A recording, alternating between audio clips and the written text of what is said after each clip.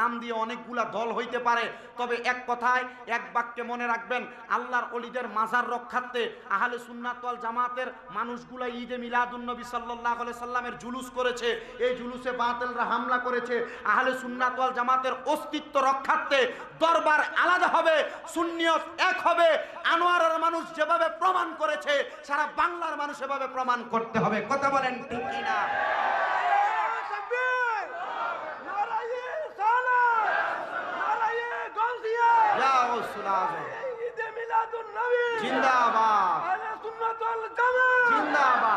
তবে মনে রাখবেন, এই আহলে সুন্নাত ওয়াল জামাতের এতদিন বিভক্তি ছিল, ঐক্যের ব্যাপারে কেউ যদি কোনো দিক দিয়ে এখন ইঙ্গিত ইশারায় ঐক্যকে বানচাল করতে চায়, এতটুকু করবেন, অন্য কিছু করার দরকার নাই, তাকে বয়কট করে সুন্নিয়ত ঐক্য করে ফেলবেন।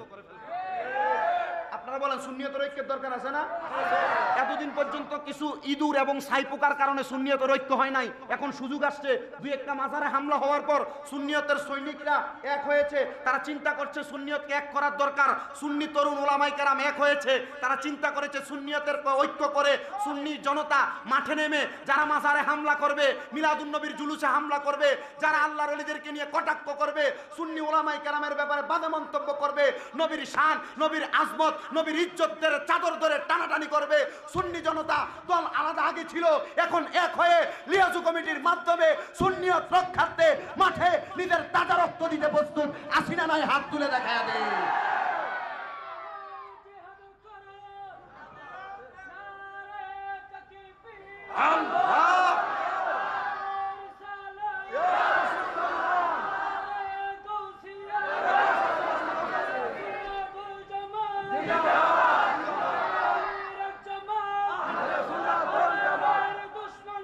হুশিয়ার হুশিয়ার হুশিয়ার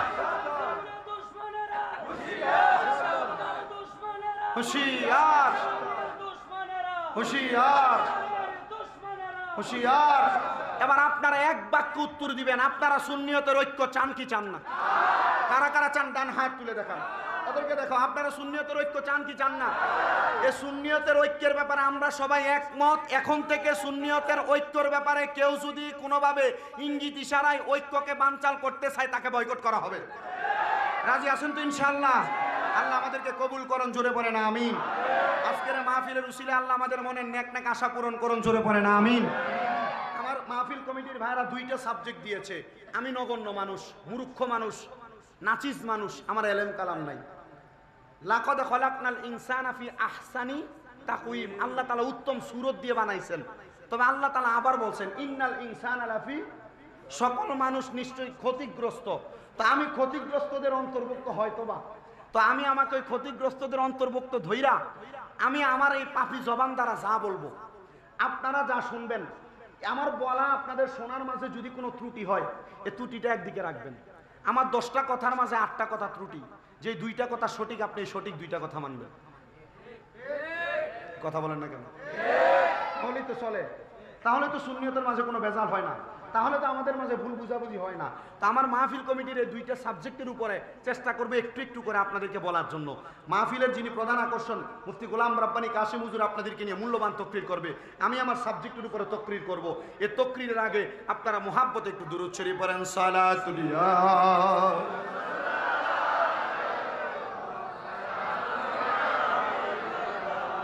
আলাইকুম সালাতুল ইয়া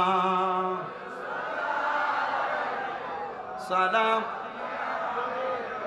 জামালে আশিকা বাশাদ মুহাম্মদ খেয়ালে বরা বাশাদ আহমদ সালাতুল ইয়া মারহাবা। কি মধুর লাগতেছে, গভীর মনোযোগ দিবেন।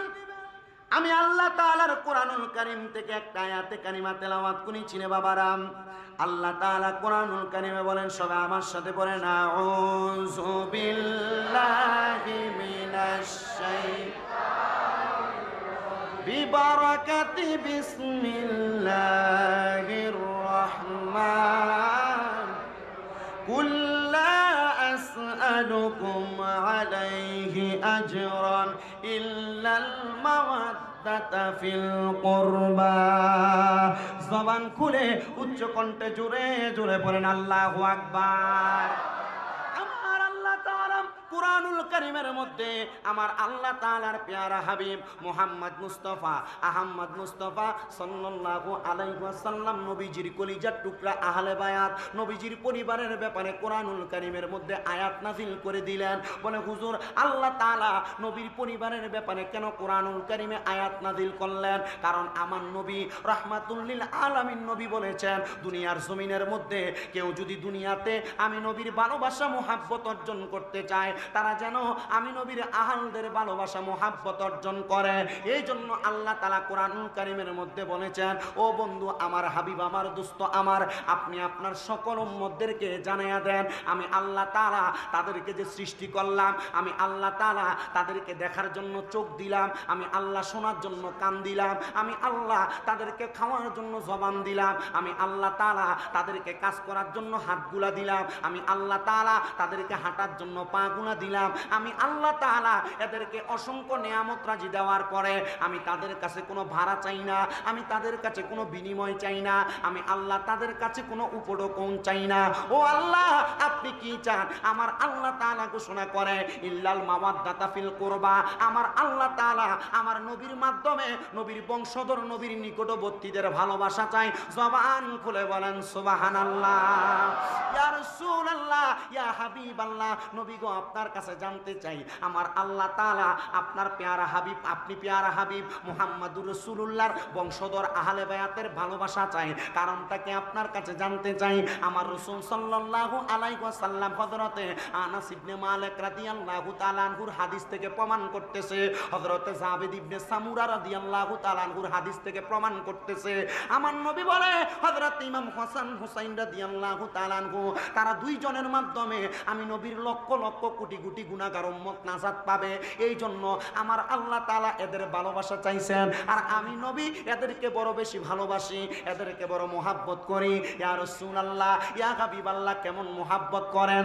আমার নবী বলে, শুনো রে আমার উম্মতের দলেরা, আমি নবী ঘোষণা করলাম আমি এদেরকে এত মুহাব্বত করি, এত মুহাব্বত করি।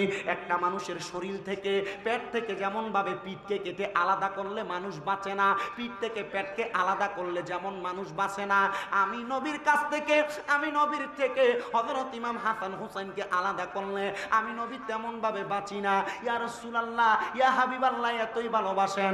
আমার নবী বলে, শুধু ভালোবাসা না, এদেরকে যারা ভালোবাসে আমি নবী তাদেরকে ভালোবাসি।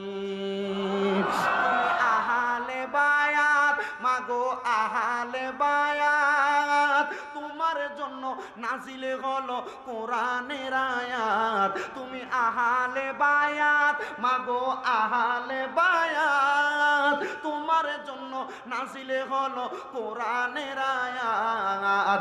আরে খাতুনে জান্নাত তুমি নবীজির দুলাল, আরে খাতুনে জান্নাত তুমি নবীজির দুলাল, মাগো মা ফাতেমা তুমি নবীর জানের জান, মাগো মা ফাতেমা তুমি। হযরত ইমাম হাসান, হযরত ইমাম হুসাইন নবীজির জানের জিগারে বলেছেন সেথায়। ওরে হাদিসে মাঝে দেখো তোমরা তিরমিজির বয়ান, হাদিসে মাঝে দেখো তোমরা তিরমিজির বয়ান। মা ফাতেমা ও গো মা, বললেন মা ও গো মা ফাতেমা তুমি নবীর জানের জান, বলেন মা ফাতেমা ও গো মা, মা তুমি নবীর জানের। হযরতে আলী মুর্তুজা উপাধি দিলেন দয়াল নবীজি, বলেন হযরত আলী মুর্তুজা উপাধি দিলেন দয়াল নবী। ইসলামের চতুর্থ খলিফ কোরআনে বয়ান, মা ফাতেমা ও গো মা, হয় নাই সুরে, মা ফাতেমা ও গো মা, নবীর জানের জান, বলেন মা ফাতেমা ও গো মা। তুমি নবীর। এবার আমার দয়াল নবীজি রাহমাতুল লিল আলামিন নবী হাদিস বর্ণনা করতেছে। আমার নবী বলে, ও আমি নবীর উম্মতের দলেরা, তাইলে তোমরা যারা তাদেরকে ভালোবাসবা, আমি নবী তোমাদেরকে ভালোবাসবো। ইয়া রাসূলুল্লাহ, ও দয়ার নবী, মায়ার নবী গো, আমরা তো ভালোবাসি, ভালোবাসি বিদায় সুহাদায়ে কারবালা মাহফিল করি। ইয়া রাসূলুল্লাহ, নবী গো, আমরা তো ভালোবাসি, ভালোবাসি বিদায় আহলে বায়াতের স্মরণে মাহফিল করি। আমার নবী বলে, উম্মত, আমার উম্মত যদি তাদের দোয়ার মাঝে আহলে বায়াতের স্মরণ করে, আহলে বায়াতের উসিলা তালাশ করে, আমার আল্লাহ তাআলা তাদের দোয়াটা সাথে সাথে কবুল করে। ওগো মায়ার নবী, আমরা কি তাদেরকে এত ভালোবাসবো? কেন বাসবো? এদের কেন এত পাওয়ার? আমার দয়াল নবীজি এদের পাওয়ার বর্ণনা করতেছে। হযরতে খাতুনে জান্নাত ফাতেমা থেকে হাদিসটা বর্ণিত। উনি বলেন, একদিন আমার নবীজি মসজিদে নববীর মধ্যে বসে আছেন। মসজিদে নববীর মধ্যে একটা জায়গা আছে, যেই জায়গার নাম মা বাইনা বাইতি ওয়া মিম্বারি রাউযাতুম মির রিয়াদিল জান্নাহ। যেই জায়গা নবীর ঘর থেকে, নবীর হুজরা মুবারক থেকে নবীর রওজা মুবারক, এই জায়গাটাকে জান্নাতের টুকরা বলা হয়। আরো জোরে বললেন না সুবহানাল্লাহ? বন্ধুরা রে আমার, ওই জায়গার মধ্যে একটা গাছ আছে, যেই গাছটার নাম হলো উস্তুনে হান্নানা। শুধু উস্তুনে হান্নানা একটা গাছ না, এই জায়গার মধ্যে মোট 3টা গাছ। একটা গাছের নাম হলো উস্তুনে, সুবহানাল্লাহ বলেন না। আরেকটা গাছের নাম হলো উস্তুনে আহাদা বা উহাদা। আরেকটা গাছের নাম হলো উস্তুনে আয়েশা।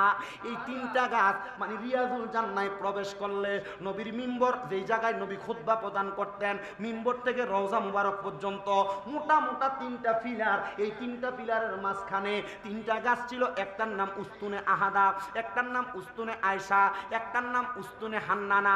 এই 3টা গাছকে আগের যুগের মধ্যে আয়েশা মানে বর্তমান সরকারের আগে যারা শাসন করেছে সৌদি আরবকে, তারা আইসা এগুলারে পিলার বানিয়ে দিছে। আমার দয়াল নবীজি উস্তুনে আহাদার মধ্যে বসা। আমার দয়াল নবী রাহমাতুল লিল আলামিন নবীর কাছে একদল ইহুদির লোকেরা আসছে। এই দলের মধ্যে 40 জন, কত? 40 জন। যেই দলের 40 জনের মধ্যে সর্বমোট তাদের বাড়িতে সদস্য সহ মোট সদস্য 130 জন। তারা আয়েশা বলে, ও আল্লাহর হাবিব সাল্লাল্লাহু আলাইহি ওয়াসাল্লাম, নবীজি আপনি আমাদেরকে বলেন না আপনি কেমনে ইসলাম ধর্ম প্রচার করেন। আমার নবী বললেন, আমি আল্লাহ তাআলার প্রেরিত ওহীর মাধ্যমে ইসলাম প্রচার করি। নবীজি মানলাম, নবীজি বুঝলাম, তাহলে আপনি আমাদেরকে আপনার দলে নিয়ে নেন। আপনি নবীজি আপনার দলে নেওয়ার পরে আপনার ধর্মের অর্ধেক জিনিস আমরা মানবো, আর আমাদের ধর্মের অর্ধেক আপনারা মানবেন। আমার নবী বলেন, না না না, কারণ ইন্না দীনা ইনদাল্লাহিল ইসলাম, নিশ্চয় ইসলামটা আমাদের জন্য পরিপূর্ণ জীবন ব্যবস্থা। আমার নবী সুন্দর করে শিখিয়ে দিলেন, আমার নবী সুন্দর করে বুঝাইয়া দিলেন। কিন্তু ইহুদিরা বলে, না, আপনাদের মাঝে ইসলামের পরিপূর্ণ কোনো কাজ দেখা যায় না। আমার নবী বলে, ওই ইহুদিরা, না রে, আমার মধ্যে ইসলামের কাজ দেখো না কেন? আমার আল্লাহ তো আমি নবীকে ইসলামের কাজ দেখানোর জন্য পাঠাইছে। আরে তাকে দেখো না, আমার সামনে ছোট ছোট 2টা বাচ্চার মাঝে ইসলামের যে আদর্শগুলো আছে, এই আদর্শগুলা তোমরা যদি গ্রহণ করতে পারো, তোমরাও কিন্তু দুনিয়ার জমিনের মধ্যে সবচাইতে ক্ষমতাবান হইবা। তারা বলতেছে, অবশ্যই আমরা ক্ষমতাবান। আমার নবী তাদেরকে চ্যালেঞ্জ ছুড়ে দিলেন, হে ইহুদিরা, না না না, তোমরা ক্ষমতাবান হইতে পারো না। কেন কেন কেন গো? কারণ তোমরা যদি ক্ষমতাবান হও, আল্লাহর ক্ষমতার কাছে তোমরা বৃথা। বলে, হ্যাঁ, তাহলে চলেন না আমরা একটা ইন্তজাম করে ফেলি, একটা জমা করে ফেলি, যেই জায়গার মধ্যে আপনারাও থাকবেন, আমরাও থাকবো, সবাই দোয়া করবে। যেই ব্যক্তির দোয়া আল্লাহ তাআলা সাথে সাথে কবুল করবে, ওই ব্যক্তিরা সফল কাম, ওই ব্যক্তিরা হক পাঠি। আরো জোরে বললেন না সুবহানাল্লাহ? আমার নবী বলে, কি বলে? আমার আল্লাহ তাআলা তো আমি নবীরে দোয়ার ভান্ডার বানাইছে। আমি নবীকে বলতেছে দোয়া করার জন্য, ঠিক আছে, আগামী কালকে আপনারা আপনাদের সন্তানদেরকে নিয়ে আসবেন, আমরা আমাদের সন্তানদেরকে নিয়ে আসব। নবীজি রাহমাতুল লিল আলামিন নবীজি পরের দিন সকালবেলা নবীর কলিজার টুকরা 2 জন নাতি, ইমাম হাসান আর হুসাইন, 2 জনকে নবীর সামনে নিয়ে হযরতে খাতুনে জান্নাত ফাতেমা, হযরতে আলী রাদিয়াল্লাহু তাআলা আনহুকে সাথে নিয়ে আমার নবীর সামনের দিকে অগ্রসর হয়। হয় মদিনা শরীফ থেকে মসজিদে কুবার দিকে যাইতে যে এলাকা, ওই এলাকার নাম হেজাজ। কি? ওই এলাকার নাম হেজাজ। নবীজির নানির বাড়ি ছিল হেজাজ এলাকায়। সুবহানাল্লাহ বলেন না? যে কুবা মসজিদের মধ্যে 2 রাকাত নামাজ পড়লে একটা উমরা হজের সওয়াব পাওয়া যায়। সুবহানাল্লাহ। আল্লাহ, আমার জীবনে অন্য কোনো শখ ছিল না, যে বড় শখটা ছিল আল্লাহ পূরণ করে ফেলছে। আমার শখ ছিল মদিনা শরীফের রাসূলের রওজা দেখব, আর রওজার সামনে যে শুধু অন্য কোনো দোয়া করি নাই, বলছি ইয়া রাসূলুল্লাহ রওজা দেখার শখ ছিল, এখন শেষ শখ রওজা দেখে ফেলছি, আপনি রাসূলকে দেখবেন। পূরণ করার দায়িত্ব আল্লাহ তাআলার এবং আল্লাহ রাসূলের। কি করেন? ঠিক আছে না? এটাই শখ ছিল, আর কোনো শখ নাই। তো রাসূল পাকের রওজা মুবারকের আশেপাশ সহ বিভিন্ন যে এলাকাগুলো আল্লাহ রাসূলের মর্তবাপূর্ণ এলাকা, যেগুলোর ভিতরে আমাদের ডাব্লিউ মার্কা ভাইরা যায় না, আমি সবগুলো জায়গা, বরকতময় জায়গা ঘুরে ঘুরে চলে আসছি। তো সেই হেজাজ এলাকা নবীজির নানির বাড়ি ছিল, এই নানির বাড়ির এলাকাটার ভিতরে এখন ছোট্ট করে কুবা মসজিদের ঠিক পূর্ব দিকে, কুবা মসজিদের উত্তর দিকে এটাকে একটা বাগানের মতো করে রাখছে, মানুষ গিয়ে এখানে বসে। এটা আমার নবীজির নানির বাড়ি ছিল, মানে হযরতে ওহাব জোহরির বাড়ি ছিল এখানে। সুবহানাল্লাহ পড়েন না? আমি তো যেখান থেকে কথা ছিলাম, আমার নবীজি মসজিদে নববী থেকে পরের দিন সকালবেলা বের হইছেন। সাথে কয়জন? 4 জন। সাথে কয়জন? আমার দয়াল নবী মাঝখানে, হযরত ইমাম আলী মাকাম, হযরতে খাতুনে জান্নাত ফাতেমা, হযরত ইমাম হাসান, হযরত ইমাম হুসাইন রাদিয়াল্লাহু তাআলা আনহুমা, এদেরকে নিয়ে আমার নবী সামনে যায়। হেজাজ অঞ্চল থেকে একবারে দূরবর্তী জায়গা, যে জায়গায় বর্তমানে বীরে রাওহা অবস্থিত। বীরে রাওহা বলে হুজুর, বীরে রাওহা? হ্যাঁ, বদরের যুদ্ধ করে আসার সময় আমার নবীজির সাহাবায়ে কেরামরা অসুস্থ হয়ে গেছে। আমার নবীজি রহমাতুল্লিল আলামিন নবী সাহাবায়ে কেরাম পিপাসার্ত হয়ে গেছে। তারা বললেন ইয়া রাসূলুল্লাহ পানির দরকার, আপনি ইসলামের জন্য কবুল করেন। আমার আল্লাহ এমন কবুল করেছে, আমার নবী এই 113 জন 130 জন সাহাবীর পরিবার থেকে আমার ইমাম আলী মাকাম, ইমাম হুসাইনকে সহযোগিতা করা হয়েছে। চিন্তা করছেন কত বরকত। নবীজি মসজিদে নববীর দিকে রওনা করলেন। হযরত আলী মাকাম, ইমাম আলী রাদিয়াল্লাহু তাআলা আনহু, উনি ওনার হুজরা মুবারকের মধ্যে, হযরতে খাতুনে জান্নাত ওনার ঘর মুবারকের মধ্যে, আমার নবীজি নাতিদেরকে বড় ভালোবাসতেন। এদেরকে নিয়ে আমার নবীজি মসজিদে নববীর মধ্যে উস্তুনে আয়েশার সামনে যে 1 নাম্বার উস্তুনে আহাদার নিচে ইহুদিরা আসছিল, এবং ইমাম হাসান আর হুসাইনকে নিয়ে বসতে কোথায়? উস্তুনে আয়েশার নিচে। উস্তুনে আয়েশার নিচে আমার নবী যে বসলেন। উস্তুনে আয়েশার নিচে বৈশা আল্লাহর হাবিব হযরত ইমাম হাসান, ইমাম হুসাইনকে আমার নবীর ডান রান মুবারক এবং বাম রান মুবারকের উপরে নিলেন। নেওয়ার সাথে সাথে আমার দয়াল নবী রাহমাতুল লিল আলামিন নবীজি এদেরকে কত সুন্দর করে আদর করতেছেন। এমন টাইমে হযরতে জিবরাইল আমিন আয়েশা ডাক দিয়া বলি ইয়া রাসূলুল্লাহ, নবী গো, ও দয়ার নবী, মায়ার নবী, রাহমাতুল লিল আলামিন নবীজি, আমার আল্লাহ তাআলা খবর পাঠাইছে আপনার কুল মুবারকের মধ্যে যেই 2টা ছোট ছোট বাচ্চা দেখা যায়, আরে হাদিস শরীফে এদেরকে নবীর সন্তান বলে সাব্যস্ত করা হয়েছে। ইয়া রাসূলুল্লাহ, যেই 2 জন সন্তান দেখা যায়, আপনি 2 জন সন্তানকে দুনিয়ার জমিন থেকে আমার আল্লাহর রাস্তার মধ্যে দিয়ে দেওয়া যাবে। আমার নবীজি চোখ মুবারকের পানিগুলা টপ টপ টপ টপ করে ছেড়ে দিয়েছেন। জিবরাইল আলাইহিস সালাতু ওয়াস সালাম বলি ইয়া রাসূলুল্লাহ, নবী গো, আপনি দয়াল নবী কেন এমন ভাবে কান্না করতেছেন? আল বিদায়া ওয়ান নিহায়া ইসলামিক ফাউন্ডেশন কর্তৃক 14 খণ্ডের একটা কিতাবে এই ঘটনাটা উল্লেখ করতেছে। আমার দয়াল নবী চোখ মুবারকের পানিগুলা ছেড়ে দিয়ে কান্না করতেছে। জিবরাইল বলি ইয়া রাসূলুল্লাহ, কেন কান্না করেন? কারণ জানতে চায়। আমার নবী বলে জিবরাইল, আমার আল্লাহ বলেছে, আল্লাহর কথাকে বরদাস্ত করার মতো আমি নবী যে সাহসিকতা দেখাচ্ছি না। তবে জিবরাইল আমার আল্লাহর কাছে যে জিবরাইল আলাইহিস সালাতু ওয়াস সালাম এই কথা বলার সাথে সাথে আমার নবী আবার কান্না করতেছেন। রাহমাতুল লিল আলামিন নবী ডাক দিয়া কই জিবরাইল, আমার আল্লাহ তাআলা যে আমার 2টা সন্তানকে নিয়ে গেছেন, আমি আমার আল্লাহর কাছে কোনো বিনিময় চাই নাই। আমার আল্লাহর কাছে জিজ্ঞাসা করো রে জিবরাইল, আমার এই দুইটা নাতিকে যে আমার আল্লাহ তাআলা আল্লাহর জন্য নিয়ে যাবেন, আমার আল্লাহ তাআলা আমি নবীকে কি দান করবেন? মুহাম্মদুর রাসূলুল্লাহ বলেছেন ওনার নাতিদের শাহাদাতের বিনিময় আপনি কি দিবেন? আমার আল্লাহ তাআলা জানাতে জিবরাইল আমার হাবিবের কাছে বলে দাও, আমার হাবিব ওনার নাতিদের শাহাদাতের বিনিময় আমি আল্লাহর কাছে যা চাইবে আমি আল্লাহ তা দিব। আমার আল্লাহ তাআলার প্যারা হাবিব মুহাম্মদ মুস্তাফার কাছে জিবরাইল আলাইহিস সালাতু ওয়াস সালাম আয়েশা বলি, ইয়া রাসূলুল্লাহ, ইয়া হাবিবাল্লাহ, ও দয়ার নবী, ও মায়ার নবী, রাহমাতুল লিল আলামিন নবীজি, আল্লাহ বলেছেন আপনি যা চাইবেন তা দিবেন।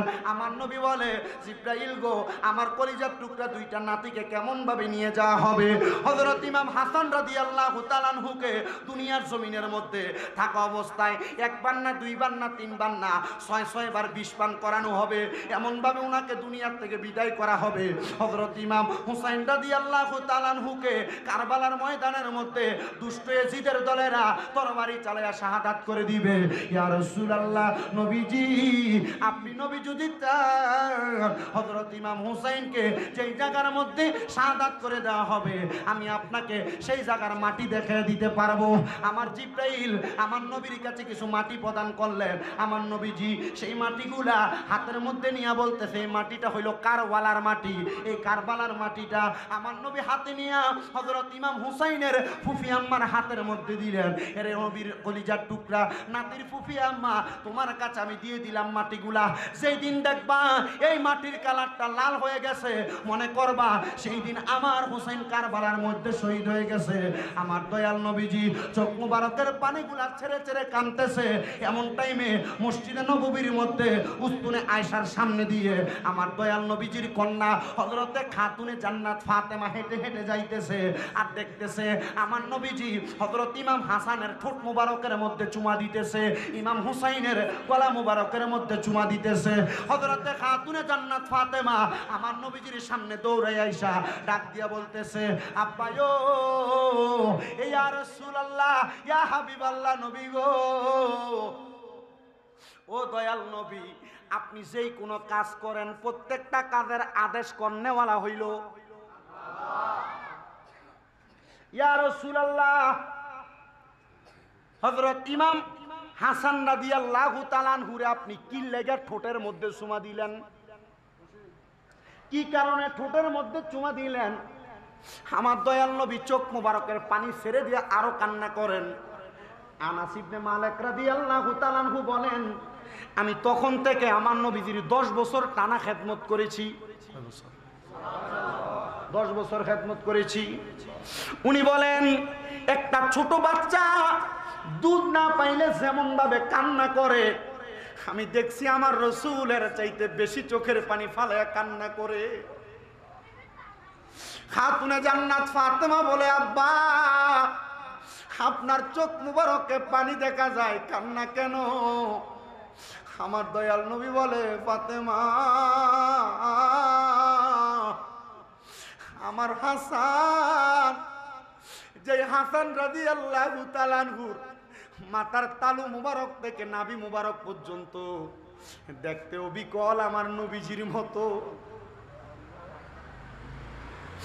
দয়াল নবী বলে, হে ফাতেমা, মাথায় টুপি, মুখের মধ্যে দাড়ি, শরীরে পাঞ্জাবি, এই দুষ্টু ইয়াজিদের দলেরা আমার হাসানের মুখের মধ্যে তারা বিষ পান করাইব। কিতাব প্রমাণ করে আমার দয়াল নবীজির নাতি হযরত ইমাম হাসান রাদিয়াল্লাহু আনহুকে ওই দুষ্টু ইয়াজিদের দলেরা একবার না দুইবার না 6 বার বিষ পান করাইছে। কিন্তু ইমাম হাসানের এই বিষক্রিয়া ওনাকে মারতে পারে নাই, শহীদ করতে পারে নাই। জিজ্ঞাসা করা হয়, ইমাম হাসান এতবার বিষ পান করায় আপনি কেন শাহাদাতের পেয়ালা পান করেন না? উনি বলেন, আমার এই ঠোঁটের মধ্যে রাহমাতুল লিল আলামিন নবীর ঠোঁট মুবারক লাগছে।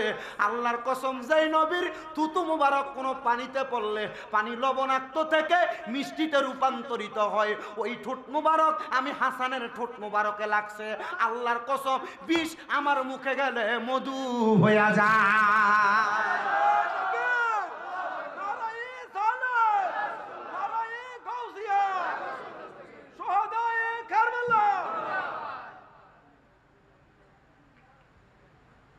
সপ্তমবার যখন ইমাম হাসান রাদিয়াল্লাহু তাআলা আনহুকে বিষ পান করানো হয়, চাটা দেওয়া লাগবে না, কয়বার? সপ্তমবার, 7 বার। ওই সময় নুরি পাথরের গুড়া এটাকে মিহিন করে পাথরে এই বিষের সাথে দিয়ে দিচ্ছে। এই বিষক্রিয়া ইমাম হাসান রাদিয়াল্লাহু তাআলা আনহুকে মারতে পারে না, কিন্তু এই যে পাথরের গুড়া ইমাম হাসান রাদিয়াল্লাহু তাআলা আনহু পেট মুবারকের মধ্যে যাওয়ার কারণে ওনার পেটের ভিতরের অবস্থা একবারে বেশি খারাপ করে ফেলছে। তো দুনিয়ার কোনো সন্তানকে কেউ মারলে যদি ব্যথা পায়, সে চিৎকার দেয়, মা, সে চিৎকার দেয়, আল্লাহ গো, দেয় না? আর ইমাম হাসান রাদিয়াল্লাহু তাআলা আনহু একটা চিৎকার দিছে, না না।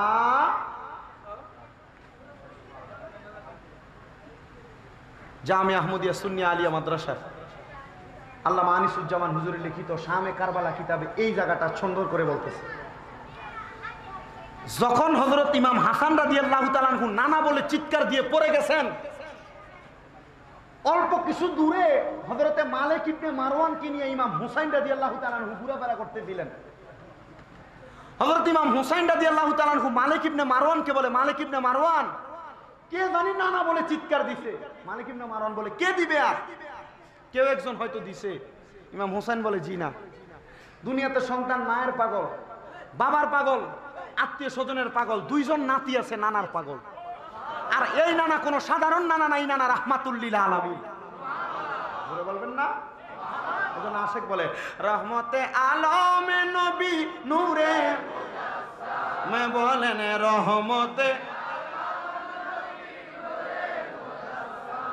আমি সাহাবীরা গাম মুবারক সাহাবীরা।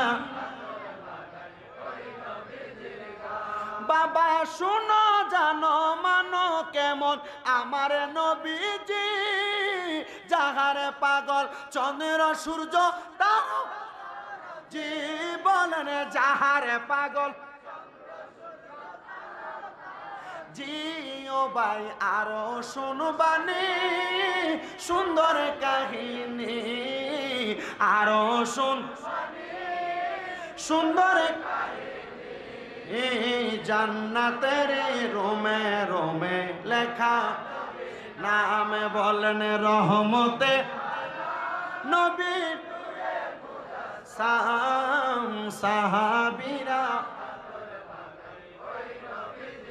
বাবা উস্তুনে হান্নানা একটা খেজুর গাছের নাম, যাকে ধরে খুতবা দিতেন রাসূল আকরামে বলেন, যাকে ধরে খুতবা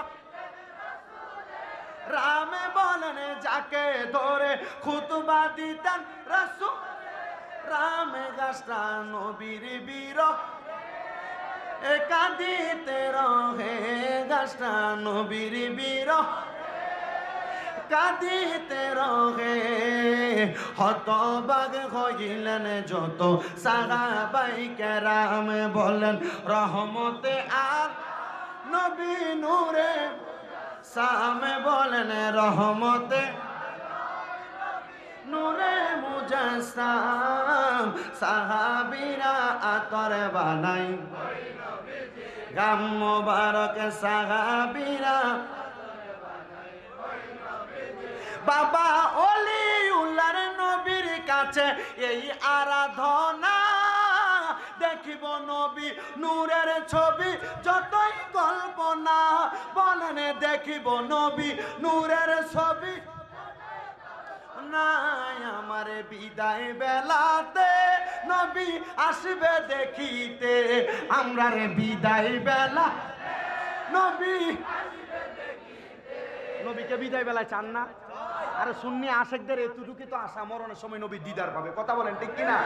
পর্দার আড়ালে মা বোনরা নবী নবী বইলা যখন কান্না করে, যখন বালিশে মাথাটা লাগে নবী নবী বলে কান্না করেন। সুন্নিরা নবী নবী করে এই জন্য, কারণ মরার আগে একবার নবীকে দেখতে চাই। কারণ যেই নবীকে দেখলে জাহান্নাম হারাম, ওই নবীকে দেখতে চাই কি চাই না?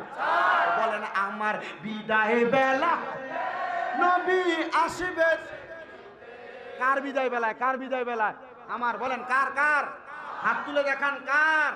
বলেন আমার বিদায় বেলাতে নবী আসবে দেখিতে, আমার বিদায় বেলা জুড়ে নবী আসবে দেখিতে, আমি পাগলা কি আমি করে জানাবো সালাম। বলেন আমরা সবাই কি আমি করে জানাবো সালাম। বলেন রহমতে আলম নবী নূরে সালাম। বলেন রহমতে সাম সাহাবীরা আতর বানাই কাম। বলেন সাহাবীরা বন্ধুরা রে আমার, ও আনোয়ারার হাজিগাঁও জিউরি এলাকার বাবারা, কুলাল পাড়ার বাবারা, মনোযোগ দিবেন, মনোযোগ দিবেন। হযরত ইমাম হুসাইন রাদিয়াল্লাহু তাআলা আনহু একটা দৌড় মাইরা ইমাম হাসানের সামনে আইসা ডাক দিয়া কয়, বড় ভাই ইয়া আকি। হযরত ইমাম হাসান রাদিয়াল্লাহু তাআলা আনহু কি সমস্যা? হযরত ইমাম হাসান বলে, ভাইজান আমার তো পূর্বে 6 বার তারা বিষ পান করাইছে, আমারও ওই বিষ মারতে পারে নাই। ওয়াল্লাহি বিল্লাহি তাআলা এই মুহূর্তে তারা শুধু আমারে বিষ পান করায় নাই, বিষের সাথে তারা আমারে আরো জঘন্য কিছু পান করাইয়া দিছে। ওইটার বিষক্রিয়া আমার কলিজাকে ছারখার করে দিতেছে। হযরত ইমাম হুসাইন হঠাৎ করে দাঁড়িয়ে গেলেন। উনার এই মাজা মুবারকের মধ্যে সবসময় হযরত আলী রাদিয়াল্লাহু তাআলা আনহু তরবারি থাকতো, শরীরের মধ্যে হযরতে আমির হামদার বর্ম মুবারক থাকতো, আর আমার নবীজির পাগড়ি মুবারক ওনার মাথার মধ্যে থাকতো। হযরত ইমামে হুসাইনে পাক ডাক দিয়া কয়, ভাইজান এই মুহূর্তে আমার তার নামটা বলেন, আমি তার গর্দান আলাদা করে দিব। হযরতে ইমাম হাসান রাদিয়াল্লাহু তাআলা আনহু তেলাওয়াত করে, ইন্নাল্লাহা মা'আস সাবিরিন। আওয়াজটা মজা হয় নাই? আবার ইন্নাল্লাহা মা'আস সাবিরিন।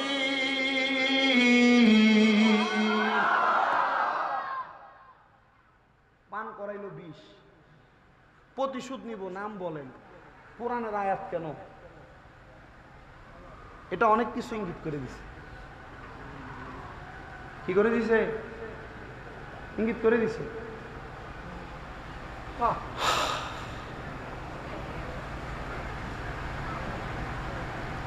হযরত ইমাম হাসান রাদিয়াল্লাহু তাআলা এই আয়াত বলে বলছেন, সবর নিশ্চয়ই ধৈর্যশীলদের সাথে আল্লাহ আছেন।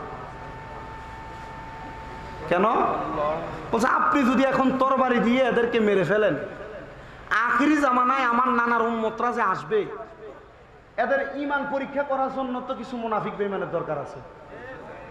এদেরকে এখন মাইরেন না, নানার উম্মতের ঈমান পরীক্ষা হবে এদেরকে দিয়ে। তো কিভাবে পরীক্ষা হচ্ছে? সোহাদায়ে কারবালার মাস আসলেই এজিদের প্রশংসা শুরু করে।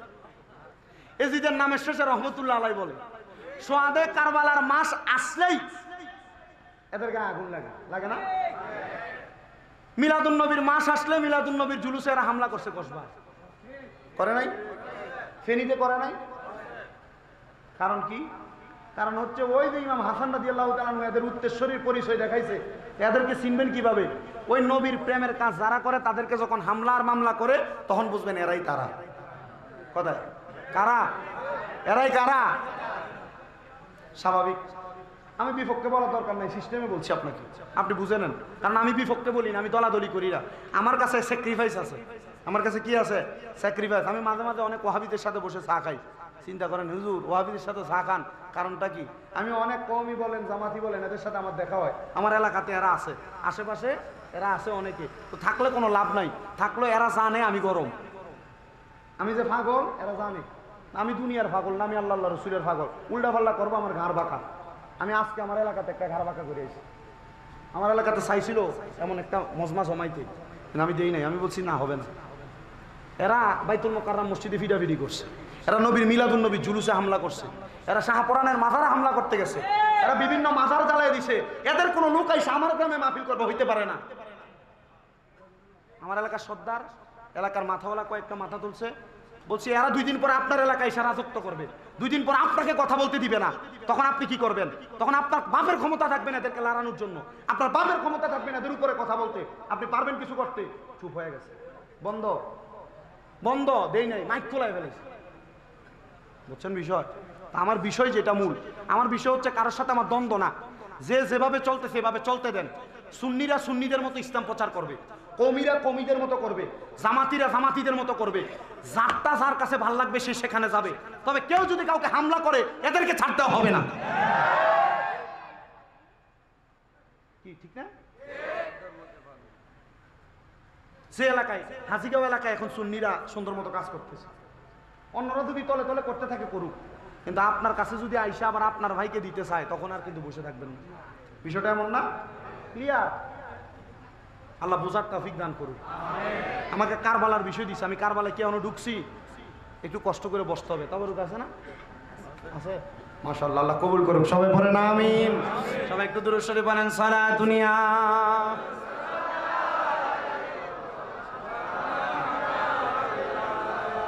সালাত দুনিয়া।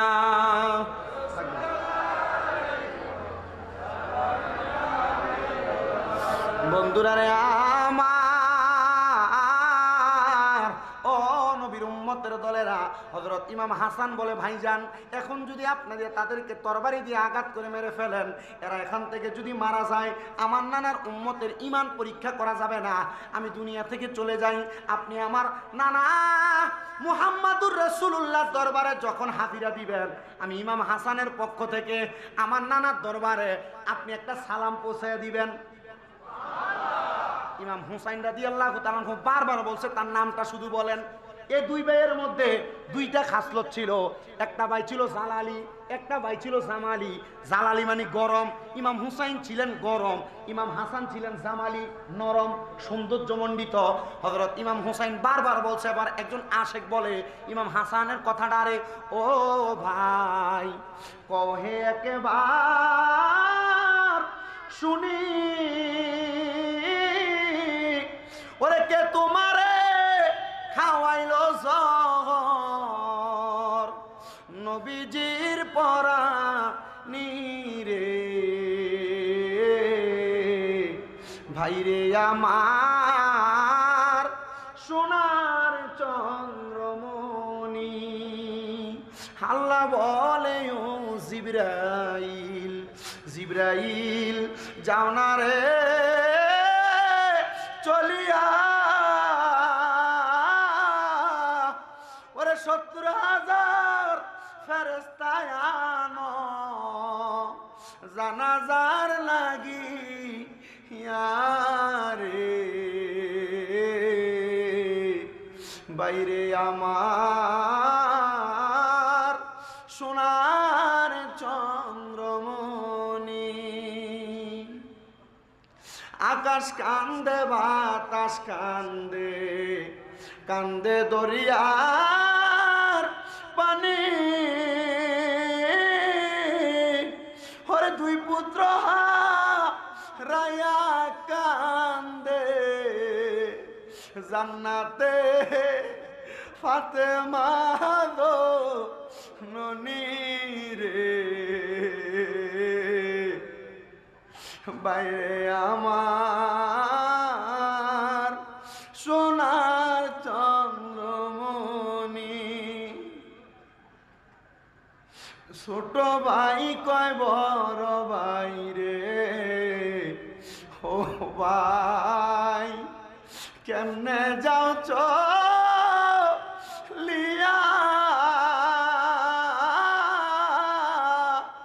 ওরে আজকে থেকে গেলাম রে আমি বাইহারা হইয়া রে,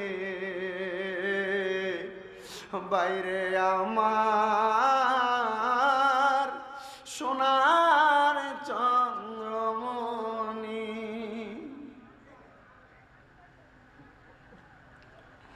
মুসলমান, ও হাদিগাঁওয়ের কুলাল পাড়ার যুবক মুরব্বীরা, আমাদেরকে তাজা ইসলামটা দেওয়ার জন্য নবীর পরিবার কত কষ্ট করছে। ইমাম হাসান রাদিয়াল্লাহু তাআলা আনহু যাওয়ার পরে, ইমাম হাসানের অনেক দিন পরে ইমাম হুসাইন রাদিয়াল্লাহু তাআলা আনহু কুফা নগরীর উদ্দেশ্যে রওনা করেছে।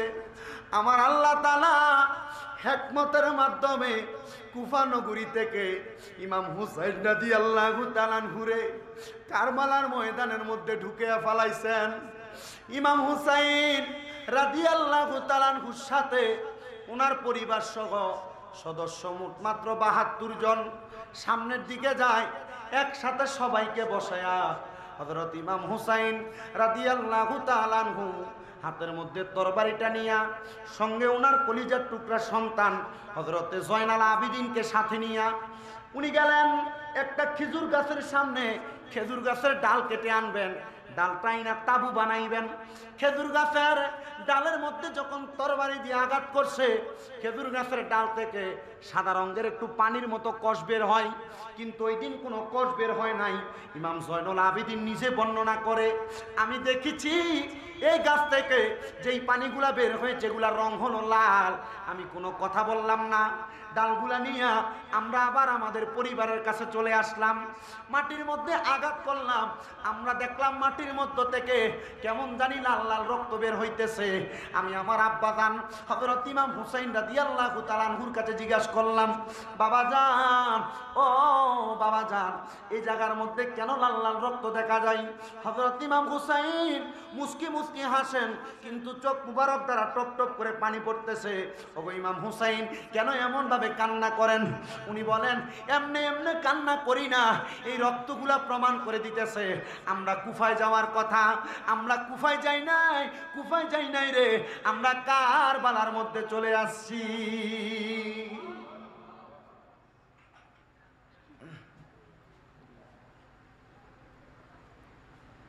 হযরত ইমাম আলী মাকাম ইমাম হুসাইন রাদিয়াল্লাহু তাআলা আনহু তাবুটা গাড়ানোর পরে এমন টাইমে 7 দিন পর্যন্ত একবারে পানির পিপাসায় পুরা তাবুর মানুষ অসহায়। পুরাত নদীর পারে যে পানির জন্য একবার, দুইবার, তিনবার আবদার জানাইছে, না সবাই পানি পান করবে, নবীর বংশ পানি পান করতে পারবে। নাউজুবিল্লাহ নাই।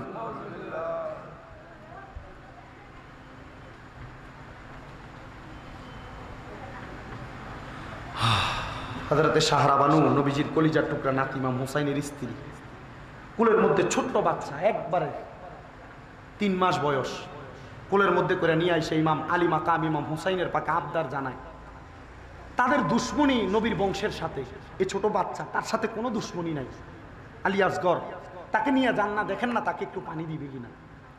ইমাম আলী মাকাম ইমাম হুসাইন পুরাত নদীর পার পর্যন্ত গেছেন, পানি চাইলেন, তারা সামনের দিকে অগ্রসর করালেন। কাছে নিয়ে হযরত ইমাম আলী মাকাম ইমাম হুসাইনের কলিজার টুকরা সন্তান আলী আসগরের বুক বরাবর তার একটা তীর মেরে দিছে। নাউজুবিল্লাহ বলবেন না?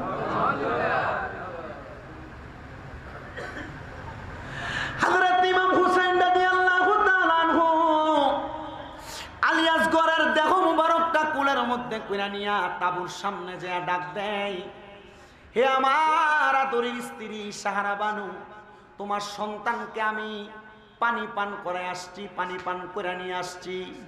হযরতে সাহারা বানু বলে, আমার সন্তানকে পানি পান করাইছেন আলহামদুলিল্লাহ, কিন্তু হযরত ইমাম হুসাইন বলে, দুনিয়ার পানি তোমার সন্তানকে পান করাই নাই, তোমার সন্তানকে আমি জান্নাতের পানি পান করার জন্য দুলহান সাজাইয়া নিয়ে আসছি।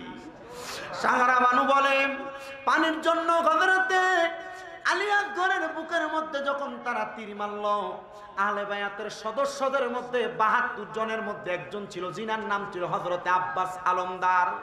উনি বলে ছোট বাচ্চাটাকে তারা যখন তীরের আঘাত দিয়া মেরে ফেললো, শাহাদাত করে ফেললো, আমি আর বসে থাকতে পারলাম না, আমি দৌড়ে গেলাম ঘোড়ার পিঠে চইরা পুরাত নদীর পারে। কিরে দুষ্ট ইহুদীদের দলেরা, কেমনে নবীর বংশের কলিজার মধ্যে তোমরা আঘাত করলা, কেমনে তোমরা আঘাত করলা? আমি তাদেরকে বলার পরে তারা আমার একবারও বাধা দেয় নাই। আমি আমার একটা মশকের মধ্যে পুরাত নদী থেকে পানি পুরাইয়া আমি আমার মুখের দিকে যখন পানিটা ঢালবো, এখনো ঢালি নাই। আমার চিন্তা হইল, আমি যে নবীর বংশরে পানি না পান করাইয়া এই পানি আমি আগে পান করতেছি, যদি আমাকে রাহমাতুল্লিল আলামিন নবীজি প্রশ্ন করে তুমি আমার পরিবারকে পানি না পান করে আগে কেন পানি পান করলা, আমি রহমতের নবীর কাছে কোনো জবাব দিতে পারবো না। এই জন্য আমি তাড়াতাড়ি করে এই পানির পাত্রটা আমার ডান হাতের মধ্যে নিয়া আমি ঘোড়াটা দৌড়াইতে লাগলাম। যখন আমি পানি না পান কইরা সামনের দিকে যাইতেছি, এমন টাইম এজিদের দলেরা আমাকে চারদিক দিয়ে ঘিরান দিয়ে ফেলছে, আমাকে আটক করে ফেলছে। এরা আমাকে আঘাত করে আমার ডান কাঁধের মধ্যে তারা তরবারি দিয়ে আঘাত করছে। আমি তাকে দেখলাম চোখের সামনে আমার ডান হাতটা আমার এই বডি থেকে আলাদা হয়ে পড়ে গেছে। আমি আমার বাম হাত দিয়ে এই পানির মশকটাকে ধরলাম। আমি দেখলাম আমার বাম কাঁধের মধ্যে আবার তরবারি দিয়ে আঘাত করা হচ্ছে। আমি এই পানির মশকটা আমার মুখের মধ্যে নিলাম। এবার আমার বাম হাতটাও আলাদা হয়ে গেল। আমি হযরতে আব্বাস আলমদার পানির মশকটা নিয়ে সামনের দিকে অগ্রসর হব। মালিক ইবনে মারওয়ান বলে আব্বাস আলমদারের দেরি হয়ে দেখা আমি সামনের দিকে অগ্রসর হইলাম। আমি দেখলাম আব্বাস আলমদারের গলার মধ্যে তারা তরবারি দিয়ে আঘাত করেছে, গর্দানটা আলাদা হয়ে গেছে, হাতগুলা নাই, গলাগুলা নাই। আব্বাস আলমদার দুনিয়া থেকে জান্নাতের পেয়ালা পান করছে। হযরতে মালিক ইবনে মারওয়ান বলে আমি গেলাম হযরত ইমাম হুসাইনের দরজার সামনে। আমি দেখলাম হযরত ইমাম হুসাইনের দরজার সামনে হযরতে আলী আকবর, বয়স মাত্র 14 থেকে 16 বছর বয়স, গোড়ার পিঠে উইঠা দুলহানের মতো সাইজা যুদ্ধ করার জন্য আগমন করছে। হযরতে আলী আকবর সামনের দিকে আগমন করার সাথে সাথে আমি দেখলাম হযরত ইমাম হুসাইন তার দিকে সালাম জানাইতেছে। আলী আকবর যুদ্ধের ময়দানে গিয়া ওনার তরবারি দ্বারা আল্লাহু আকবর বলে বলে ওই এজিদের দিকে তারা কত সুন্দর করে যুদ্ধ করতেছে। আল্লাহর কসম, হযরতে আলী আকবরের তরবারি থেকে একটা মানুষও বাঁচতে পারে নাই। আলী আকবর আল্লাহু আকবর বলে বলে তরবারির আঘাত দিয়ে ওই দুষ্ট ইয়াজিদের দলদেরকে দুনিয়া থেকে বিদায় করে দিতেছে। হযরতে আলী আকবর যখন এমন ভাবে যুদ্ধ করতে করতে করতে করতে ক্লান্ত পরিশ্রান্ত হয়ে গেলেন, ঘোড়াটা দৌড়াইয়া হযরতে আলী আকবর সামনের দিকে ইমাম হুসাইনে পাকের তাঁবুর সামনে এসে ডাক দিয়ে বলেন, বাবা আমাকে সামান্য পানি দ্বারা সহযোগিতা করেন, নচেত কিছুক্ষণের মধ্যে আমি ইন্তেকাল করব। ইমাম হুসাইন রাদিয়াল্লাহু তাআলা আনহু হযরতে আলী আকবরকে উদ্দেশ্য করে বলেন, রাহমাতুল্লিল আলামিন নবী তোমার জন্য কাউসারের পানি নিয়ে অপেক্ষা করতেছে, দুনিয়ার পানি তোমাকে পান করা লাগবে না। এর মধ্যেই আলী আকবর রাদিয়াল্লাহু তাআলা আনহু হযরত ইমাম হুসাইনের সামনে গোড়া থেকে পড়ে গেলেন। হযরত আলী আকবর দুনিয়া থেকে জান্নাতের পেয়ালা পান করে শাহাদাতের পেয়ালা পান করলেন। বন্ধু, হযরতে আলী আকবর যখন শাহাদাত করলেন ওই তারিখটা ছিল 9 জিলহজের 9 মুহররমের দিন। এবার 9 মুহররমের আসরের সময় নবীর পরিবারের এই তাঁবুর মধ্যে কান্নাকাটি চলতেছে। অনেকে কান্না করে বৃহস্পতিবার দিন। হযরত ইমাম হুসাইন বলে, আমাদের সন্তান 2 জন হারা বেদনায়, আমার ঘুম হচ্ছিল না, আমার সাহারা বানু তাঁবুর মধ্যে বসা। আমি ইমাম হুসাইন রাদিয়াল্লাহু তাআলা আনহু সাহারা বানুর ডান উরুর মধ্যে আমার মাথাটা রাইখা আমি একটু চোখটা বন্ধ করলাম, কোরআন তেলাওয়াত করতেছি। আমি চোখটা বন্ধ করার পর আমার নিদ্রা লাইগা গেল। হযরত সাহারা বানু নিজে বর্ণনা করতেছে, হে জগতের মানুষ, কিছুক্ষণ পরে হযরত ইমাম হুসাইন রাদিয়াল্লাহু তাআলা আনহু হঠাৎ করে লাফ দিয়ে উঠছেন, উইঠা ডাক দিয়া বলে, সাহারা বানু, হে সাহারা বানু, আমি এখন একটা বিচক্ষণ স্বপ্ন দেখেছি। হযরত সাহারা বানু ইমাম হুসাইনের কলিজার টুকরা স্ত্রী ডাক দিয়া বলে, এগো আমার কলিজার টুকরা স্বামী, আপনি এমন কি বিচক্ষণ স্বপ্ন দেখেছেন যে এই স্বপ্নের কথা আপনি ঘুম থেকে লাফ দিয়ে উঠে আমাকে বলতেছেন? ইমাম হুসাইন বলে, আমি দেখলাম জান্নাতের সুশীতল একটা ছায়াতল পা হযরতে মৌলা আলী মুশকিল কুশা রাদিয়াল্লাহু তাআলা আনহু বসা, ওনার পাশে আমার মা খাতুনে জান্নাত ফাতেমা বসা। আমি দেখলাম আমার বড় ভাই ইমাম আলী মাকাম ইমাম হাসান বসা। আমি দেখলাম রাহমাতুল লিল আলামিন নবীও বসা। তাদের মাঝখানে একটা সুন্দর খাবারের থালি দেখা যায়। আমি জিজ্ঞাসা করলাম, হে আমার নানা, হে আমার আব্বা, হে আমার আম্মা জান, হে আমার বড় ভাই, আপনারা কেন জান্নাতের খাবারগুলা খান না? আমার মা খাতুনে জান্নাত ফাতেমাতুজ জাহরা আমাকে উত্তর প্রদান করেছে, এই খাবারের মালিক আমরা চারজন না, এই খাবারের মালিক হলো পাঁচজন। হযরত ইমাম হুসাইন, তুমি হইলা একজন। আগামীকালকে তুমি আমাদের কাছে আগমন করবে, তারপর আমরা এই খাবারের মধ্যে ফাতিহা দিব। জোরে বলেন সুবহানাল্লাহ। আপনি কি মনে করছেন জান্নাতি খাবার একজন দুজনের জন্য? আরে না, আপনি যদি আহলে বাইতকে ভালোবাসেন, নবী পরিবারকে মোহাব্বত করেন, সুহাদায়ে কেরামদেরকে মোহাব্বত করেন, আপনার জন্য জান্নাতি নিয়ামত অপেক্ষা করতেছে। আজকে হাজিগাঁও কুলাল পাড়ার মানুষ এই জিউরি কাদিরিয়া সুন্নিয়া ইবতেদায়ী মাদ্রাসার মাঠে এত সুন্দর জান্নাতের বাগান মাহফিল আপনারা করতেছেন। আপনারা মনে করছেন টাকা দিচ্ছেন, প্রতি বছর বছর মেজবান খাওয়াচ্ছেন, প্রতি বছর বছর মাহফিল করতেছেন। এই মাহফিলের মাধ্যমে মানুষ তাবারুক খাচ্ছে, মাহফিল ওয়াজ শুইনা কান সুখ করতেছে। জিনা, এটার মাধ্যমে নবীর প্রেমের পয়গাম আপনার অন্তরে যাচ্ছে। ইন্তেকালের পর জান্নাতের মধ্যে আল্লাহর হাবিবের দিদার পাবেন, আল্লাহর হাবিবের মেহমানদারিতে জান্নাতি খাবার পাবেন। জোরে বলেন সুবহানাল্লাহ। আল্লাহুম্মা সাল্লি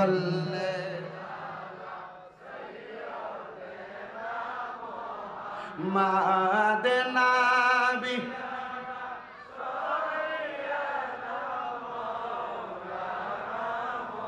আমরা সবাই হাজির হইলাম দয়াল নবীজির মাহফিলে। হায়রে দয়া করে কবুল করেন মায়ার নবী আমাদের কে। আল্লাহুম্মা সাল্লি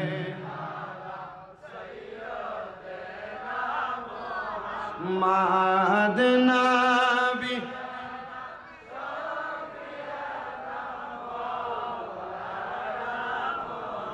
আমার মুসলমান। হযরত ইমাম হুসাইন যখন এমন স্বপ্ন দেখলেন, উনি বলেন আমি আর রাত্রবেলা ঘুমাইলাম না।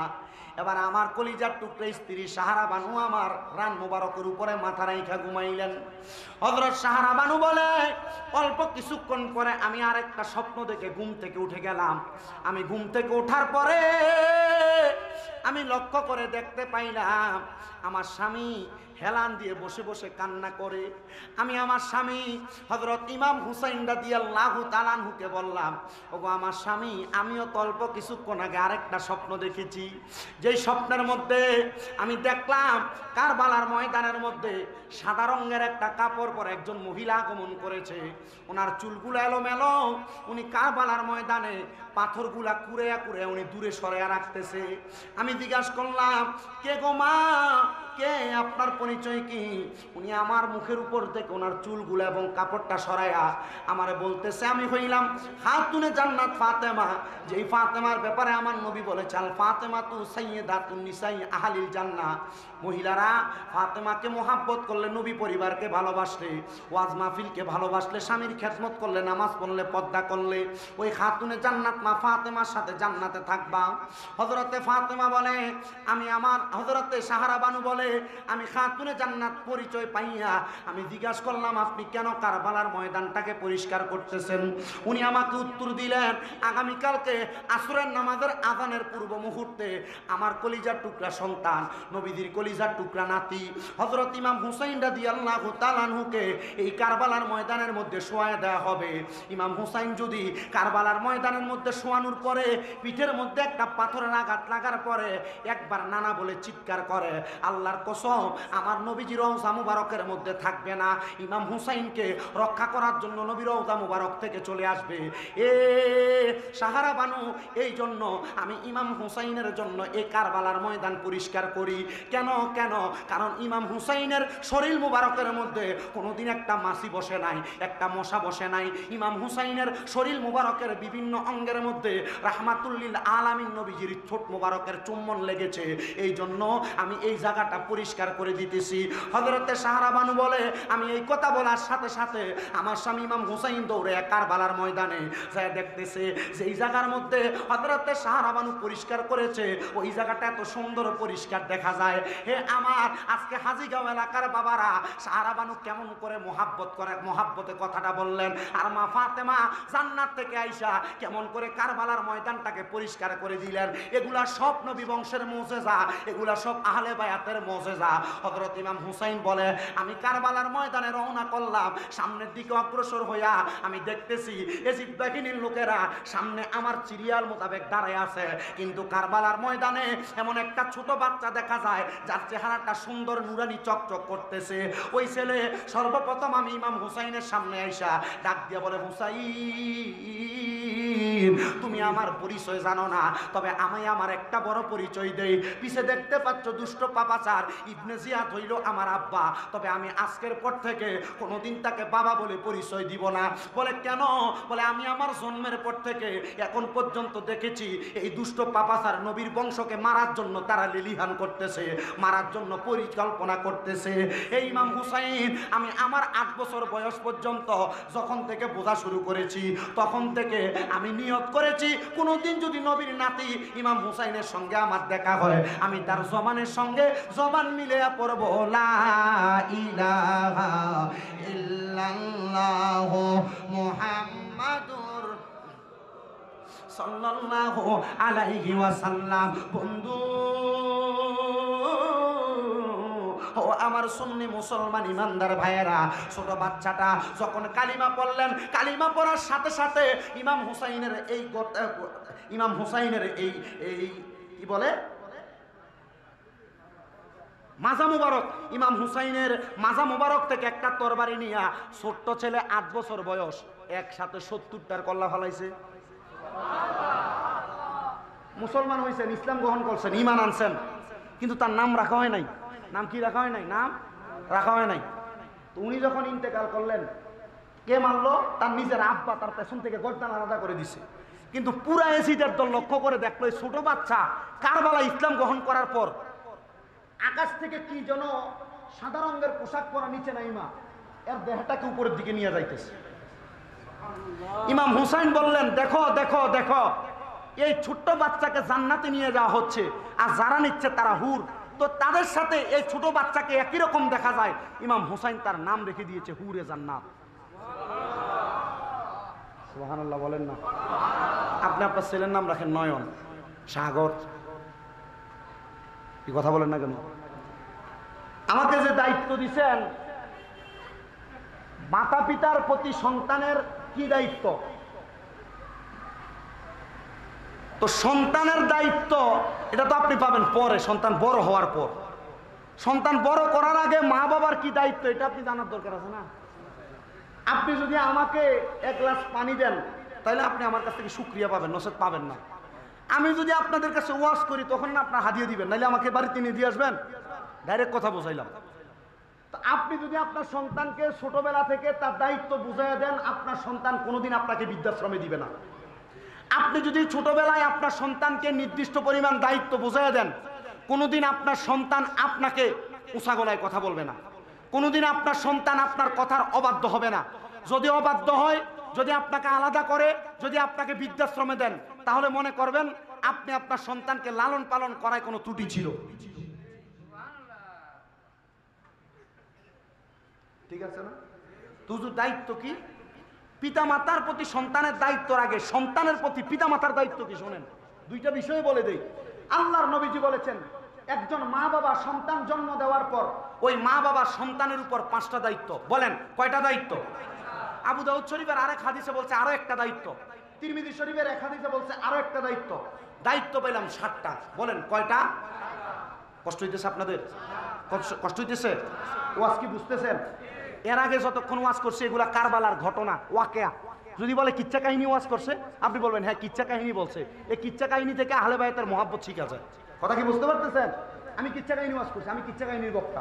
আল্লাহ কোরআনে কিচ্ছা বলে নাই, মুসা নবীর ঘটনা বলে নাই, সূরা বাকারার ভিতরে গরুর ঘটনা বলে নাই। আল্লাহ তো কোরআনে ঘটনা বলছে, কিচ্ছা বলছে না। আমি কিচ্ছা বলছি আপনাদেরকে, আপনার কাছে ভালো লাগছে, আপনি শুনছেন। তবে এতটুক বলে দিয়ে যাই তো, যেই কথা, একটা সন্তানের মা বাবার উপর 1 নম্বর হাদিসে কয়টা দায়িত্ব বলেন? কয়টা? 5টা। কয়টা? আরেকটা হাদিসে কয়টা? মোট হইলো কয়টা? 6টা। আরেকটা হাদিসে কয়টা? এবার হলো কয়টা? 7টা। 1 নম্বর দায়িত্ব, আল্লাহর নবী বলেন, কোন মা বাবা যদি সন্তান জন্মগ্রহণ করায়, সর্বপ্রথম তার কানের মধ্যে আযান দেওয়া, এটা মা বাবার দায়িত্ব। কি দেওয়া? আযান দেওয়া। দ্বিতীয়ত, কোন মা বাবা সন্তান জন্ম দেওয়ার পর ওই মা বাবার দায়িত্ব হলো 7 দিনের মাথায় তার একটা সুন্দর নাম নির্ধারণ করা। কি করা? না, এখানে সুন্দর আছে, তার একটা সুন্দর নাম রাখা। কেন? আল্লাহর হাবিব বলছে এই সুন্দর নামের কারণে সে জান্নাতি, সুন্দর নামের কারণে সে জাহান্নামী। নাম আপনি মনে করছেন নয়ন, কি সুন্দর চোখের নয়ন, হ্যাঁ জান্নাতি, সাফার দাঁত ফেলা দিব কবরে। আল্লাহ নবীর সুন্নতের তাবেদার হন নাই। আমি সুন্নি দাবি করি আমার ভূতের নাম নয়না সাগর, মানে নয়না সাগরের বাপ থাকলে রাগ করার দরকার নাই, নাম পেয়ে ফাল্টানো যায়, জানা নাম পরিবর্তন করা যায়, সুন্দর নাম রাখবেন। 3 নাম্বার, ওই সন্তানের মা বাবার তৃতীয় দায়িত্ব 7 দিনের মাথায় তার চুল কামাইয়া দেওয়া। কি করা? চুল ফালাই দেওয়া। এটা কার দায়িত্ব? মা বাবার দায়িত্ব। 4 নাম্বার, ওই মা বাবার দায়িত্ব সন্তান যখন প্রাপ্ত বয়স্ক হয় তাকে নামাজের তাগিদ দেওয়া। কিসের তাগিদ দেওয়া? 10 বছর বয়স থেকে। 5 নাম্বার, একটা সন্তানের উপর মা বাবার দায়িত্ব হলো সন্তান যখন দুনিয়ার জমিনের ভিতরে বুঝদারা হয় ওই সন্তানকে কোরআন শিক্ষা দেওয়া।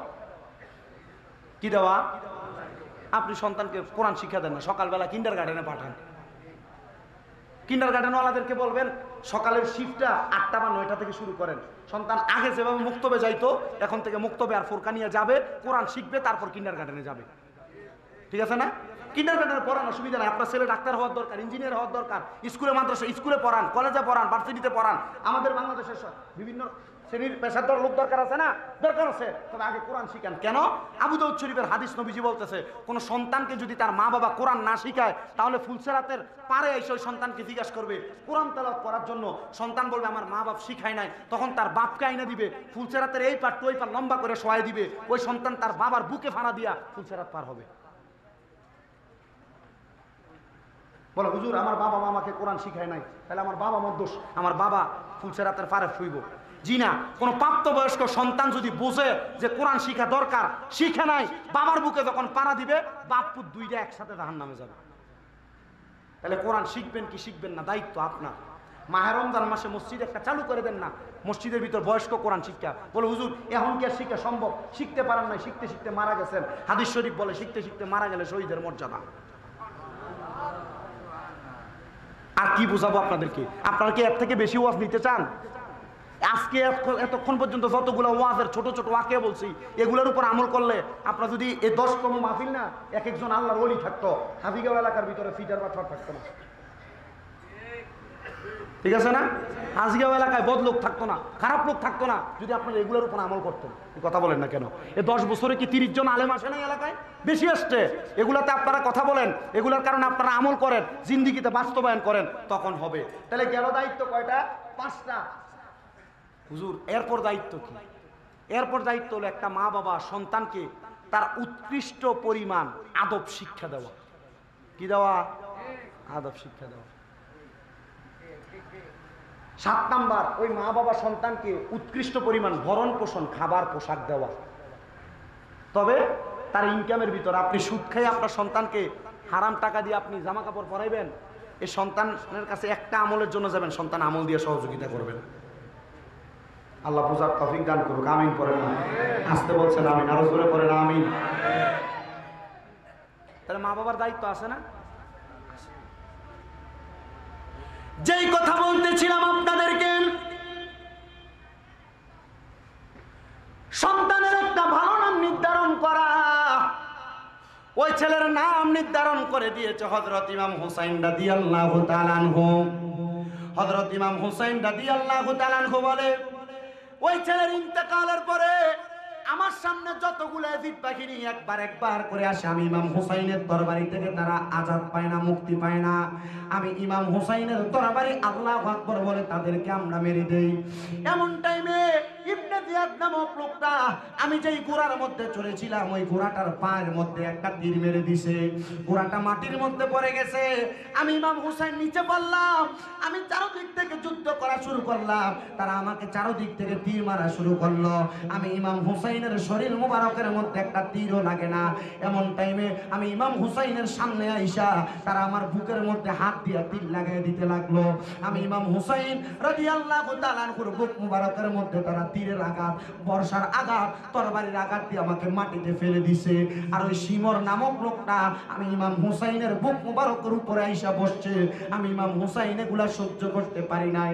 এমন টাইমে ওই ব্যক্তি আমার গলা মুবারকের মধ্যে যখন তরবারি চালায়, কিতাব প্রমাণ করতেছে, আস-সাওয়ারিকুল মুহরিকা কিতাব, ওই কিতাবের মধ্যে লিখতেছে ইমাম হুসাইন রাদিয়াল্লাহু তাআলা আনহুর গলা মুবারকের মধ্যে যতবার তরবারি দিয়ে আঘাত করে, একবারও ইমাম হুসাইনের গলা মুবারক কাটে না। দুইবার আঘাত করে গলা মুবারক কাটে না, তিনবার আঘাত করে গলা মুবারক কাটে না। উনি বলতেছে যেই গলার মধ্যে রাহমাতুল লিল আলামিন নবীজি দিনে রাইতে চুমু খাইতেন, এই গলা কোনোদিন তরবারি দিয়ে কাটতে পারবা না। তবে হ্যাঁ, আমি 2 রাকাত নামাজ আদায় করব, তার পরবর্তী সময় তুমি আমার গর্দান আলাদা করতে পারবা। হযরত ইমাম হুসাইন রাদিয়াল্লাহু তাআলা আনহু কারবালার ময়দানের মধ্যে 2 রাকাত নামাজ আদায় করেছেন। আহা, ইমাম হুসাইন রাদিয়াল্লাহু তাআলা আনহু কারবালায় 2 রাকাত নামাজ পড়ে সুন্নি মুসলমানদেরকে শিক্ষা দিয়েছে। ওই এজিদের দলেরা বলেছে তাড়াতাড়ি হুসাইনের গলা মুবারকের মধ্যে ছুরি চালা, আসরের নামাজ কাজা হয়ে যায়। তারাও কারবালায় নামাজ পড়েছে, ইমাম হুসাইনও কারবালায় নামাজ আদায় করেছে। তবে তাদের নামাজ আর হুসাইনি নামাজ এক হইতে পারে না। হুসাইনে পাকের অনুসারী আমরা সবাই হুসাইনি নামাজ আদায় করি। ও বন্ধু, ও নবীর উম্মতের দলেরা, হযরত ইমাম হুসাইন রাদিয়াল্লাহু তাআলা আনহু 2 রাকাত নামাজ আদায় করলেন, কিন্তু 2 রাকাত নামাজের মধ্যে সিজদা হলো 4টা। ইমাম হুসাইন রাদিয়াল্লাহু তাআলা আনহু 3টা সিজদা দেওয়ার পরে ইবনে জিয়াদ বলতেছে, এ শিমর, হুসাইন যদি আরেকটা সিজদা আদায় করে নামাজ শেষ করে, আল্লাহর কসম মুসলমানের ঈমানি শক্তি পাওয়ার এত, হুসাইনের তরবারি থেকে কেউ বাঁচতে পারবা না, কেউ বাঁচতে পারবা না। এখনই হুসাইনকে কারবালার ময়দানে শাহাদাত করো। ইমাম হুসাইনে পাককে দ্বিতীয় সিজদা দিতে যাওয়ার আগে হুসাইনে পাকের গলা মুবারক আলাদা করে দেওয়া হয়েছে। আমার নবীজি হাদিস শরীফ ঘোষণা করেছে, আস-সাওয়ারিকুল মুহরিকা কিতাবের মধ্যে হাদিসটা সুন্দর করে নোট করা হয়েছে। নবী আমার বলেছে, হযরতে ইমাম হুসাইন যখন দুনিয়া থেকে বিদায় হয় নাই, হযরতে হুসাইনে পাকের বিদায়ের আগে আমার সামনে খাতুনে জান্নাত ফাতেমা ছিল। আমি ফাতেমাকে বললাম, ওগো ফাতেমা, হুসাইন রাদিয়াল্লাহু তাআলা আনহু কারবালার ময়দানের মধ্যে শাহাদাত বরণ করবে, কিন্তু কারবালায় ইমাম হুসাইন 2 রাকাত নামাজ আদায় করবে। 2 রাকাত নামাজে 4টা সিজদার মধ্যে ইমাম হুসাইন সিজদা দিবে মাত্র 3টা। হযরতে খাতুনে জান্নাত ফাতেমা চোখের পানিগুলো ছেড়ে দিয়ে দিয়ে কান্না করে আর ডাক দিয়ে বলে, ও আমার আব্বা জান, হুসাইনে পাক কারবালার ময়দানে শেষ নামাজ পড়বে, ওনাকে কি শেষবারের মতো নামাজটা পড়তে দেওয়া হবে না? হযরতে খাতুনে জান্নাত ফাতেমা বলে, আমি যখন আমার আব্বা জানকে এই কথা বললাম, আমার আব্বা জান মুহাম্মাদুর রাসূলুল্লাহ সাল্লাল্লাহু আলাইহি ওয়াসাল্লাম উত্তর দিয়েছে, কারবালার ময়দানে হুসাইনে পাক একটা সিজদা বাকি রাইখা আল্লাহ তাআলার কুদরতি কদমে আদায় করবে, আর ওই সিজদাটা দিয়া হুসাইনে পাকের নানার লক্ষ লক্ষ কোটি কোটি গুনাহগার উম্মতকে জান্নাতি বানাইবে। জোরে বলেন সুবহানাল্লাহ। তবে আমি খবর পাইছি, আজকে একটা নিউজ পাইলাম যে সুন্নিয়তের ঐক্যের ব্যাপারে 2-1 লেসপাসরা আছে যারা ঐক্য করার চেষ্টা করতেছে না, কারণ যদি ঐক্য করে এদের খানা বন্ধ হয়ে যাবে। কথা কি বুঝতে পারছেন? এদের পদ হালকা হয়ে যাবে। তো এই খবর পাওয়ার পর আমি এতটুকু বুঝছি, আর যে আমার খবর দিচ্ছে আমি তারা বললাম যে এই পদ নিয়ে আর এই ঐক্য চাচ্ছে না, তারা আপনারা আলাদা করে দেন না, তারা এখান থেকে আপনারা বয়কট করেন, কইরা সুন্নিয়ত ঐক্য করে ফেলেন না। বলতেছে, ভাই ভালো কথা কইছেন। আমি কইছি, সুন্নিয়ত ঐক্য করেন, সাধারণ মানুষকে তাড়াতাড়ি বাঁচান। কি কথা বলেন না? আমরা বাঁচতে চাই না? ইনশাআল্লাহ আল্লাহ তাআলা আমাদেরকে সেই সুন্নিয়ত ঐক্য, এটা প্রমাণ, এটা দিয়ে দিচ্ছেন আপনারা। আনোয়ারাবাসী লিয়াসু কমিটির মাধ্যমে তারা বিশাল জুলুস করছেন, আলহামদুলিল্লাহ। আনোয়ারাতে আলহামদুলিল্লাহ আমরা খুশি হয়েছি আপনাদের এই জুলুস দেখে। আমরা দেশ থেকে, দেশের বাইরে থেকে, বিভিন্ন জায়গা থেকে এগুলা দেখি। তো আপনাদের কাছে এতটুকু দোয়া চাই, আহলে বায়াতে রাসূলের মুহাব্বতের যতটুক বয়ান আপনাদের কাছে করেছি, অতটুক বয়ানের উপর আহলে বায়াতের ভালোবাসা অন্তরে ধারণ করে নবী পরিবারের উপর মুহাব্বত নিয়ে নামাজ পড়বেন, কাজে লাগবে। রোজা রাখবেন, কাজে লাগবে। হজ করবেন, কাজে লাগবে। আহলে বায়াতকে ঘৃণা করে নামাজ পড়বেন, কাজে লাগবে না। রোজা রাখবেন, কাজে লাগবে না। হজ করবেন, কাজে লাগবে না। এই জন্য নামাজ, রোজা, হজ, যাকাত সব ইবাদত কবুল করানোর জন্য নবী এবং নবীর আহলে বায়াতকে ভালোবাসার দরকার আছে না নাই? আরেকটা বিষয় বাকি, ওই বিষয় ইনশাআল্লাহ আগামীতে চেষ্টা করব আপনাদেরকে বুঝাই দেওয়ার জন্য, কারণ দুইটা বিষয় এক মাহফিলে বয়ান করে শেষ করা যায় না। যতটুকু করেছি অতটুকুর উপর সন্তুষ্ট থাকবেন, যতটুকু বাকি আছে তার জন্য ছেলে হিসেবে সমাসুন্দর দৃষ্টিতে দেখবেন। হুজুরের কাছে বিদায় আরজ করছি, আপনাদের কাছে দোয়া চাচ্ছি। আসসালামু আলাইকুম ওয়া রাহমাতুল্লাহি ওয়া বারাকাতুহু ওয়া মাগফিরাতুহু।